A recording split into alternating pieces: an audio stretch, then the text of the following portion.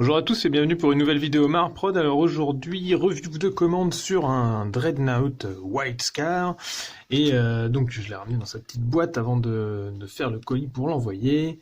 Donc voilà les différentes pièces. Bien sûr avec ses 4 pieds parce que les Dreadnought Forge World sont fournis avec 4 pieds. Vous pouvez leur mettre 4 pieds si vous pouvez, hein, si vous voulez. Ça fait un peu con, mais c'est fourni avec 4 pieds. Et donc le voilà, au moins pour le corps. Donc j'essaie de vous faire une petite mise au point pour que vous voyez bien. Alors le Dreadnought White Scar, il est quand même plutôt sympa, hein. Ils l'ont fait assez sobre. Il a quelques décos, mais pas trop. L'armure en elle-même, elle est plate, hein.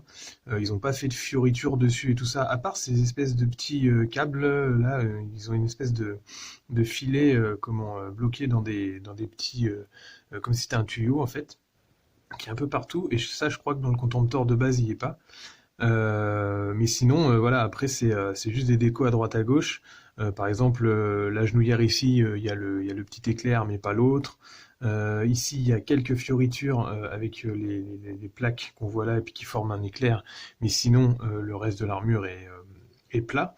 Et puis il y a ces espèces de petites zones qui sont comme tapotées, martelées, comme si c'était un peu martelé en mode traditionnel. Et puis après, bah, il y a les espèces de pendaisons de colis fichés ici. Donc il y en a là, il y en a là, il y en a sur les polières. Ici, il y a juste le symbole de la 5e Légion et puis la petite dent. Mais sinon, c'est tout. Et donc, mon client, lui, il était un peu déçu par cette figurine dans le sens où il trouvait que justement, il y avait peut-être pas assez de déco ou qu'on retrouvait pas assez le côté sauvage euh, du reste des figurines. Donc déjà, il m'a envoyé un petit cimier là à rajouter au-dessus. Donc j'ai juste renforcé avec un peu de résine verte parce que la tige était vraiment faiblarde et si je voulais la tiger, forcément, c'était un peu limite. Et puis pour qu'il y ait deux points de contact, c'est-à-dire un là, la résine plus l'arrière, j'ai augmenté un peu la chevelure pour qu'elle rentre en contact en fait avec l'armure ici et que ça puisse être bien solide. Et j'ai rajouté sur l'arrière un pan de cap. Il m'a fait faire beaucoup de ces figurines de son armée avec des capes de fourrure. Et donc je voulais rappeler ce côté-là avec ce Dreadnought. Donc c'est une cape en green stuff mélangée avec du milliput. Enfin du milliput, l'équivalent Magic Skull. C'est pas cette pâte-là que j'utilise, mais en gros je mélange deux pâtes pour que ça soit un peu plus rigide que la green stuff de base. Je la mets en forme et puis une fois que c'est sec, je reviens par-dessus sculpter les détails en green stuff. Donc vous avez trois pâtes en fait dessus, presque. Ensuite, qu'est-ce qu'il y a sur cette figurine? Ah oui, en fait, on voit pas que cette figurine est très convertie au niveau de la pose, mais elle l'est. Pourquoi vous avez quatre pattes? Je plaisantais au début de vidéo, parce qu'en fait, au niveau des pieds, il y en a deux qui sont posés à plat et les autres qui sont légèrement courbés. Mais alors, quand je dis légèrement, c'est vraiment très légèrement. Là, par exemple, celui que j'ai ici, c'est un qui est censé être courbé sur l'avant là.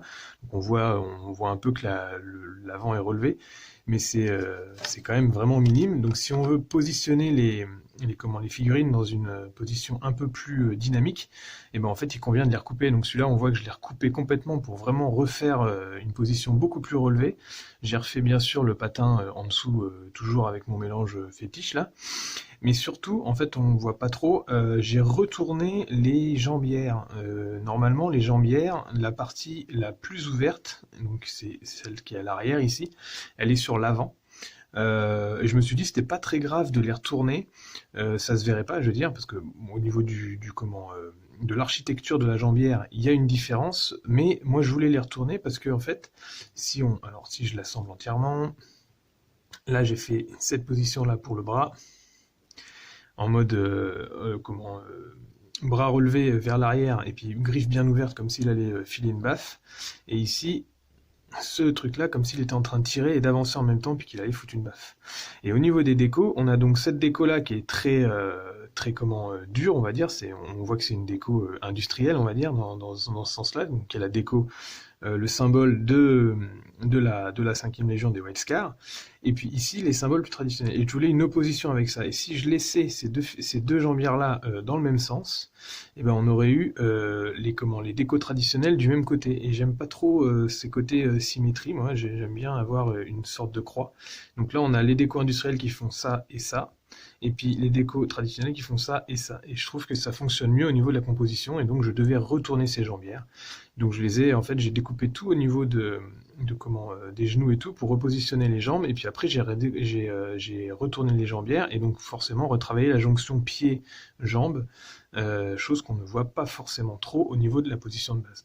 Tout ça pour former cette espèce de position de marche en même temps qu'il tire, et puis il va taper avec son bras. Alors le bras, c'est pas d'origine, en fait les deux options d'armes sont pas d'origine.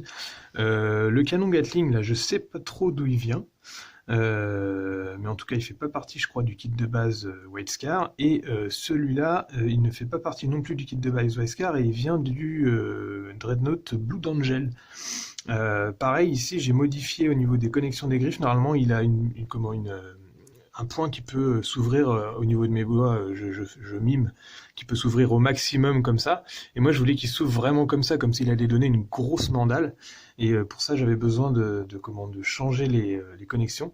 Et pareil, j'ai coupé les petits moyeux qu'on voit ici pour les repositionner de chaque côté des deux griffes de l'extérieur, parce que normalement cette griffe là elle se monte pas comme ça, je sais pas pourquoi. Ils mettent la plus grande griffe au milieu, et je voulais que ça fasse une forme de main plus normale. Alors c'est vrai qu'on peut avoir un grand doigt comme ça, mais je voulais que la griffe elle soit de ce côté-là pour faire une patte plus animale. Donc du coup j'ai changé ce système-là. Et sinon, c'est à peu près tout. C'est après j'ai resculpté juste une petite déco ici en mode touffe de poils comme ils ont un peu partout. J'ai imprimé en 3D un petit cimier que j'ai modélisé assez simplement en reproduisant. Alors là, on ne le verra pas à la caméra parce que c'est beaucoup trop fin, mais c'est en dessous du millimètre. Et donc du coup, entre les deux côtés du cimier, au centre, il y a ce système de martelage de plaques que vous retrouvez à certains endroits. Donc ça, il faudra le faire à la peinture avec des jus pour le faire ressortir. Et donc du coup, le casque se pose à son endroit comme d'habitude. Regard dans ce sens-là, et puis quand on a le bras qui s'installe, il est dans la position où il regarde pour le tir. Et ici, j'ai amélioré un tout petit peu la décoration de base qui normalement va entre les jambes, le petit pagne, pour toujours rajouter un pan de cap avec de la sculpture, et faire ce petit rappel. Donc là, là, ça se fixerait comme ça. Ici, on aurait le bras qui vient se poser s'il veut bien tenir, parce que j'ai pas de patte fixe ici. Et puis donc, le deuxième bras en mode je vais te foutre une grosse mandale, comme ça. Donc voilà pour cette position de Dreadnought. Et ça fait, ma foi, une jolie figurine qui, j'espère, fera une belle pièce centrale dans l'armée. Et puis là, j'en appelle à mon client parce que celui-là, je veux bien le voir peint. Donc s'il peut me renvoyer les photos quand ça sera peint, c'est bien cool. Et ouais, donc pour la petite histoire, donc j'ai eu ça. Et donc voilà, on voit sur on voit les changements un peu. Ça, c'est censé être le Dreadnought de base Blood Angel. Donc on voit bien qu'il n'y a pas ce système de tuyaux enfin, c'est pas des tuyaux, c'est des décos qu'il y a en bas de ces jambières là, sur le White Scar là. Donc il y a quelques trucs qui changent, mais on voit bien que le Dreadnought, Blood Angel est très très décoré. Enfin, il y a beaucoup plus de fioritures parce que c'est le style de l'armée. Et c'est vrai que à côté de celui-là, donc celui-là, il était en fait, somme toute, assez basique et dans une position très raide, un point normal, et puis le multimelta en arme, mais voilà, il est un peu raidasse, quoi. Donc après, au niveau des assemblages, c'est sommaire, hein. Là, vous avez la notice, on va dire, vraiment de base. Le Dread Blood Angel, il change pas plus que ça non plus. Il vous montre juste comment vous pouvez varier au niveau des différentes pièces qui font partie du kit. Mais sinon, c'est pareil. C'est vraiment basique, Forge World. C'est quand même moins détaillé que Games Workshop. Mais bon, c'est toujours ça. Donc voilà pour cette commande, j'espère que ça vous aura plu. Si vous avez ce genre de figurine à faire et puis que vous le sentez pas, n'hésitez pas à faire appel à moi, hein, je suis là pour ça. Et auquel cas, à bientôt pour d'autres tutos sculpture, d'autres reviews figurines. Et puis merci à tous de me suivre, n'hésitez pas à partager mon travail.